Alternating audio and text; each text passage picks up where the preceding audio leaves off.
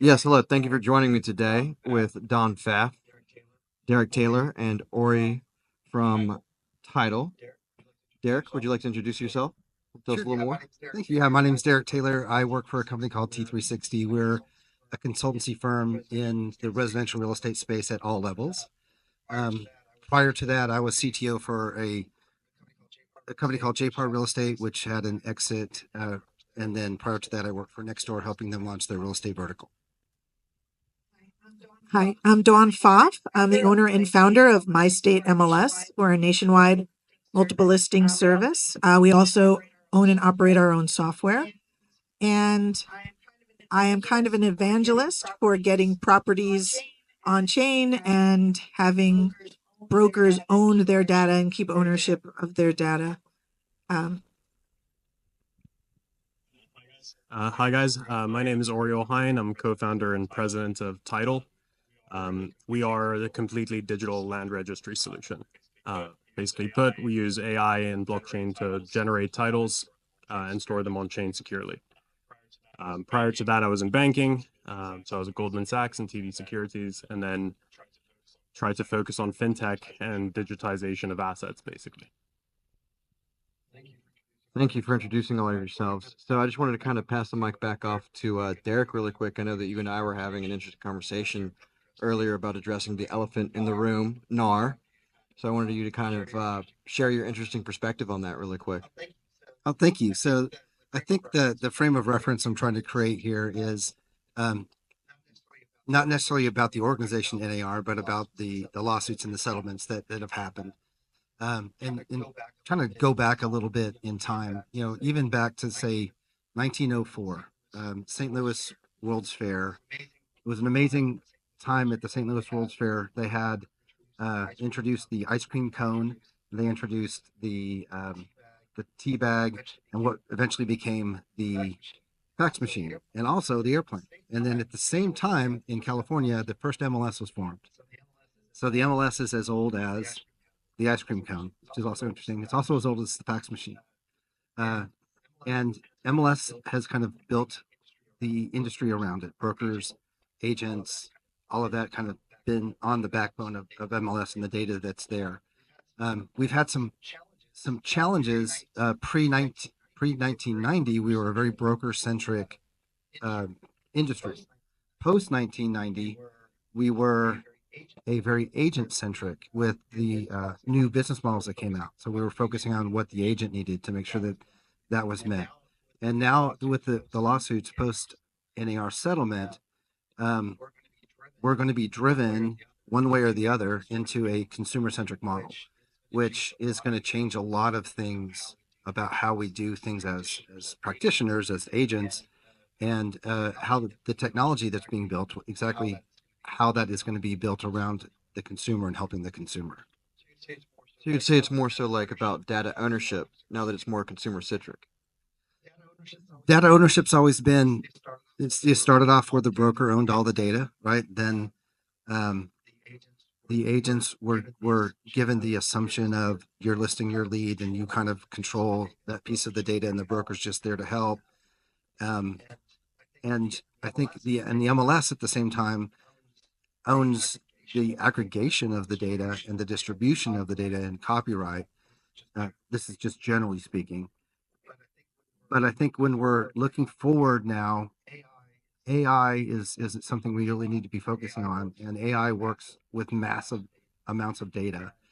And the rights to use that data will change the way we do real estate. So if the individual broker owns the individual listing, then if an MLS were to put artificial intelligence in front of their data, they would be creating, I believe, and not an attorney, but they would be creating a derivative product of which they don't have the rights to use that data for.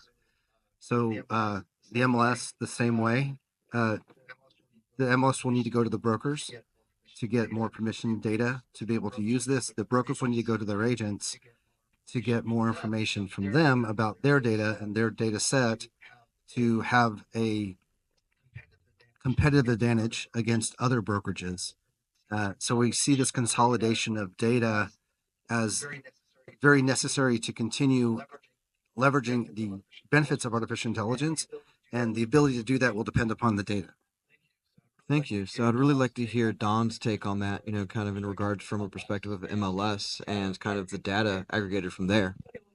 Okay, well, first, a little background. My state MLS, the MLS that I founded, is not a member of the NAR family of MLSs. And we did not and are not affected by the settlement because we didn't have the same rule set that they had. And that rule set, what Derek was talking about, the rule set kind of creates the question of who owns the data and who can do what with the data. Now, specifically for my state MLS, we never take ownership of that data. We always allow the broker to keep the ownership of the data because we feel like the person it originated from is the person who should have all the say over it. But when it comes to getting rights to being able to utilize it in a derivative data set or putting it on chain, I think it's in our MLS, because we own our own software, we can just add permissions and then allow each broker to either opt in or not opt in on what they want to do with their own data. But I don't really think that the MLS should be telling the broker, the licensee, how to do business, because that's how they got in trouble in the first place, by making rules that made everybody operate the exact same way. And so I always try to stay away from that. What we don't want to do is take away anybody's rights to their property, their intellectual property, and we also don't want to dictate how they should or shouldn't do business, because then that stifles competition. So Don, real quick, if they opt out of allowing you to leverage that data with artificial intelligence, are you still going to allow them to have the benefits of the use of that artificial intelligence without the opt-in? So if they're not participating, do they get to participate in the results? No. Thank you. Thank you for your take on that, Don. So I'd also like to kind of get to see how you think that, we're going to be adopting to these new regulations kind of moving forward from the perspective of MLS and kind of with what we're talking about in mind with data ownership. Okay, so with data ownership in certain MLSs, that even in here in the state of Florida, some MLSs, they take the copyright of the data from the broker, and they have a little checkbox when you join, and it says, do you give the copyright away to the MLS? And they check that little box off, and they've given away their rights to the data. Well, now everyone comes to the MLS to try to buy that data from the MLS or exploit that data, and the members get mad. So that's kind of why I always say each broker should make the own decision for what happens to their data. And no matter how much anybody wants to accumulate all that data in one place, I still believe in the ownership of the intellectual property. Awesome. Thank you. So, Ori, I wanted to kind of get your feedback and kind of from the perspective of what you're doing at Titl, kind of where you see these new regulations adapting more so moving towards the future. Yeah, so it's interesting with MLS and different brokerage websites. The way we approached it is we wanted to try to create a much more raw land registry where I was able to collect the official data, which came from government repositories across the US, and amalgamate it and take it out of basically the title agency's hands and so on, and put it back in the owner's hands. So the way we're doing it is we're using AI to scrape massive amounts of public information from government sources, read it, and summarize it in the form of a title report. By doing so, we're generating title reports in literally less than a minute and giving them directly to the homeowners. And by default, I'm storing that on chain and giving that wallet to the owner of the property. They don't necessarily know they have a blockchain wallet, but it's part of their account.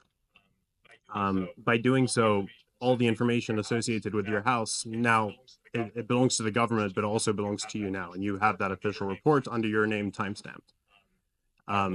Our goal with that is to be able to transfer houses faster. We're not focused so much on the marketing and the sale of that house, but the actual processing of that that transaction is our primary emphasis.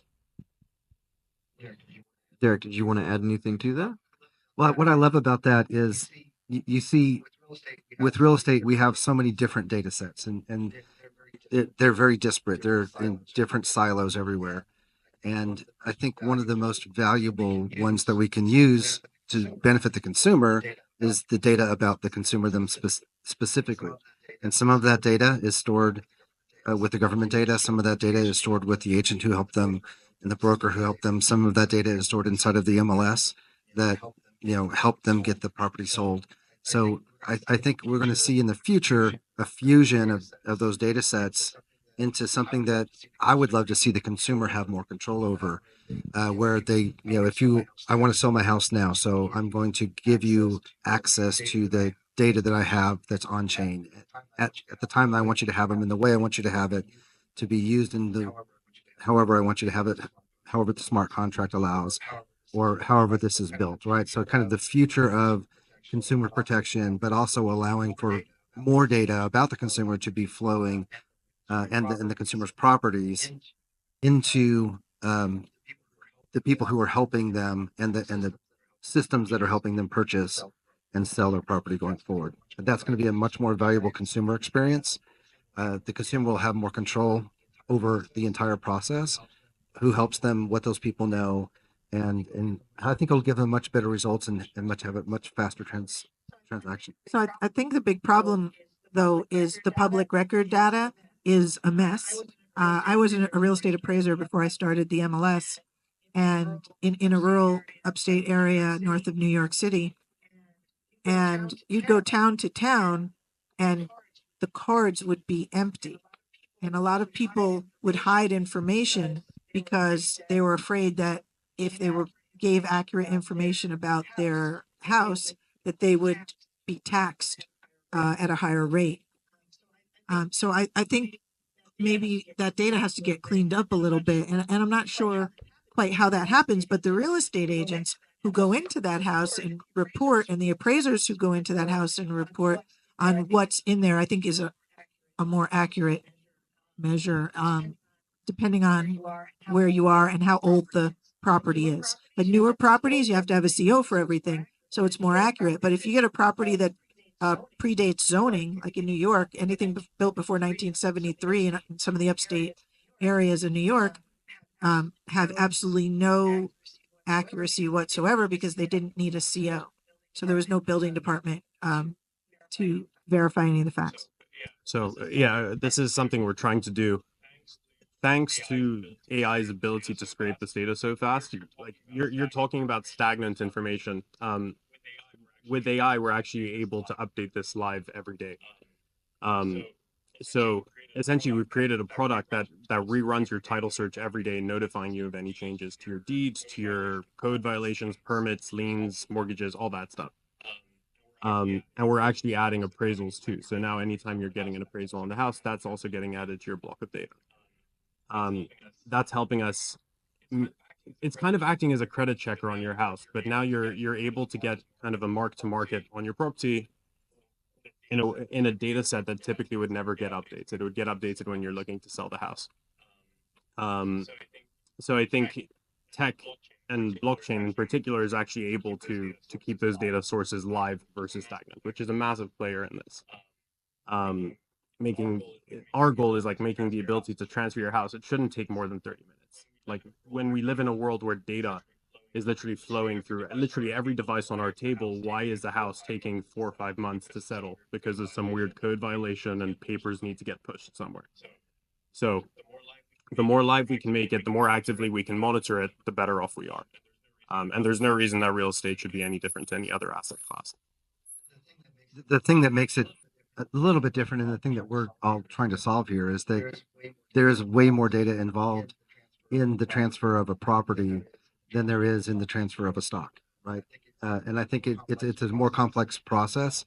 And one of the things about these new regulations that are hitting us, like for example, the new FCC regulations and the limitation of third-party data and the deprecation of cookies and all the things that we have been using to gather data, we're going to be leveraging more first-party data and that first party data, it will come to us either direct from the consumer or from the consumer through the representative agent or their loan officer or their title company, right? And that all has to get put somewhere, and they need to have control over it. But once we figure all this out, we've been working on this kind of Carfax for homes for years now, and no one's ever figured it out. I think with everything that's happening now, this is the time to make it happen, right? This is the time for us to actually figure out how do we find a central repository of all of the data about home ownership and property ownership in general that the consumer controls access to. And that's what I'd like to see. And I'd love to see what what Ori's doing. What Don's doing is revolutionary when it comes to MLS. Just completely not associated with the association, more about, what's right for the consumer. Just amazing things that you guys are doing. Thank you. Yeah, these are all interrupting, you know, we're interrupting an industry here. I mean, that's what Web3 is, right? We're rebuilding a paradigm, and that's why we're all here, to find out what's next and how things are going to move forward. So I have been a computer geek.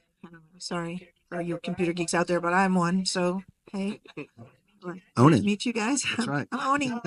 I've been a computer geek for a long time, and I want to see the next steps, but I don't think the next steps can happen without ownership, and that's why we're all here. That's what being on the chain is about, is owning your little piece of it and making sure that everyone has a copy so that nobody can hack it, and so that it's secure. And that's what we all want to see. But I still think that I think there's room for the professional. I think the professional is necessary, the broker and the appraiser, because the consumer doesn't know. They literally they don't know how things work. They think that if their basement is finished, that's part of their gross living area, and it is not, in places where they have basements. So there's literally things that the consumer might know that they have 3 bedrooms, but they might have turned a den into a bedroom and not realize it's not a bedroom without a closet. So I still think that there is room for the professional in this process, and I don't think the professional should be disregarded so fast either. I think we need to include everybody in it in order to get the most accurate data. Totally, I agree with you entirely. I think something we've already designed, we're working on, is creating authenticated nodes that can log in and update these title contracts that we've created. So giving the ability to an agent to log in and update your deed and show what the changes are to the title, or having your title agent being able to log in and update your whatever permits, codes, whatever they're working on for you. Again, like I'm going to reiterate, but it's turning stagnant data into live data, so the asset class of real estate can become more liquid long term, right? So just like equities, there's a massive amount of information behind equities, but it's updated live. We view it on a terminal and we see everything. Why is real estate any different? It really shouldn't be. It almost, if you could do something about ad valorem taxation, which is taxation based on the value of your home, it would be great if we could find another way to assess property taxes. This way, the consumer could be more honest about what's actually in their home. Yeah, it's hard. They're all hard problems to solve, and I think the biggest takeaway that I see from most of this is, if you're going to work together as an industry to solve these problems, then you need to find the partners that you feel are going the direction that you're going, and then do everything you can to back them. Find an advocate that's working in the same direction that you're headed, and leverage them moving forward. It's going to be an effort that we all put together, but it's going to be a financial effort. So we're going to have to put our money and our trust into the companies that we feel are moving in the right direction and solving this problem the correct way. And I think both of these companies here, 2 of them, are doing a great job of that. Well, I really appreciate all of your feedback, and it kind of seems to me the way to adapt and move forward is on chain and bringing the property rights on chain and doing it in a very transparent, immutable way. So thank you, all of you, for being on the stage today with me. Thank you. Thank you. Thank you.